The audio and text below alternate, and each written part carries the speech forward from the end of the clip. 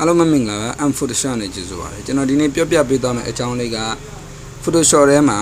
ပစ္စည်းတစ်ခုအယောင်ချင်းခြင်းနေဆိုရင်အမြန်ဆန်ဆုံးနဲ့အလွယ်ကူဆုံးဘယ်လိုမျိုးချိန်မလဲဆိုတော့ပြောပြပေးသွားမယ် Okay အဲ့တော့ပထမဆုံး browser ဖွင့်လိုက်မယ်ကိုလိုချင်တဲ့ဟာလေးရှာလိုက်မယ် Okay ကျွန်တော်ကတော့ကားနဲ့ချင်းပြပေးသွားမှာဖြစ်တဲ့ဒီပုံလေးကိုပေါ့နော် click တစ်ချက်နှိပ်လိုက်မယ်နှိပ်ပြီးသွားရင် quality ကြည့်သွားပြီဆိုရင်တို့ right click နှိပ်မယ် copy ကူမယ် copy image ပြီးတော့ရင် Photoshop သွားပြီးတော့မှ film မယ်ဒီမှာတော့ကျွန်တော် film သားဖြစ်တဲ့ Alt Tab နှိပ်လိုက်ပြီးတော့ Photoshop ထဲဝင်လိုက်မယ်ဝင်ပြီးတော့ရင် new တစ်ခုခေါ်မှာဖြစ်တဲ့သူ့ရဲ့ shortcut key ဖြစ်တဲ့ Control နဲ့ N နဲ့နှိပ်လိုက်တဲ့ဆိုရင်ဒီမှာ new box ကျလာလိုက်မယ် clipboard အနေနဲ့ copy ကူခဲ့တဲ့ image site ကအသင့်ဝင်နေတာဖြစ်တဲ့ဒီမှာဘာမှလုပ်ဆရာမလိုဘူးကျွန်တော်တို့ keyboard ပေါ်က Enter တစ်ချက်ခောက်ပြီးလိုက်အောင်မယ်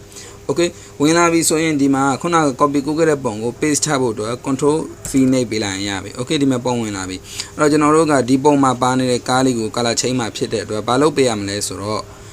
layer panel တွေက adjustment တွေကနေပြီးတော့မှဒီထက်မှာ hue and saturation ဆိုတဲ့ adjustment လေးကိုသုံးပေးရလိမ့်မယ်ပြီးသွားပြီဆိုရင်ဒီထက်မှာ hand icon လေးပါတယ်အဲ့ဒါလေးကျွန်တော်တို့ click လေးတစ်ချက်ထောက်ပြီးသွားပြီဆိုရင်ဒီကားပေါ်ကကိုအဆင်ပြေလောင်းမဲ့နေရာတစ်ခုမှာသွားပြီးတော့မှ click ရွေးပေးလိုက်ဒါဆိုရင်ကျွန်တော်တို့ဒီနေရာလေးရဲ့ color အဓိကချိန်မယ်ဆိုတော့သူကသတ်မှတ်ပြီးတော့ဖြစ်တယ်ကျွန်တော်တို့ဒီမှာဒီ hue မှာသွားပြီးတော့မှကိုကြိုက်တဲ့ color လေးကိုအလွယ်တကူသွားပြီးတော့မှချိန်ပြီးလို့ရသွားပြီ Okay ရမယ်နော်အဲ့တော့ကျွန်တော်တို့ကဒီကားကို color နဲ့မလိုချင်ဘူးတကယ်လို့ကျွန်တော် black လိုချင်တယ်ဆိုရင်လည်းပဲဒီဘက်ထက်ကိုသွားပြီးတော့မှချိန်ပြီးလို့ဒါဆိုရင်ကားလေးက black ဖြစ်သွားလိမ့်မယ် Okay black မဟုတ်ဘဲနဲ့ white ပုံစံမျိုးလိုတယ်ဆိုရင်လည်းပဲကျွန်တော်ဒီဘက်ထက်ကိုအောက်ထက်က lightness မှာသွားပြီးတော့မှချိန်ပေးလိုက်တယ်ဆိုကျွန်တော်တို့ white ပုံစံမျိုးရသွားလိမ့်မယ်ဒီကလို့ကိုသုံးလိုက်တဲ့နေရာမှာ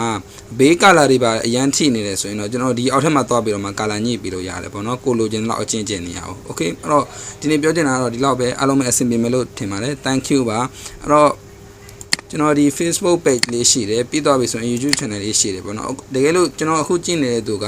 YouTube ကနေမဟုတ်ဘဲနဲ့ Facebook ကနေဖြစ်တယ်ဆိုရင်ကျွန်တော်ရဲ့ဒီ Photoshop တဲ့ YouTube channel လေးထဲမှာဝင်ပြီးတော့ subscribe လုပ်ပေးပါ YouTube ကနေပြီးတော့လည်းကြည့်ပေးပါလို့တောင်းဆိုချင်ပါတယ်အားလုံးပဲ Thank you ပါ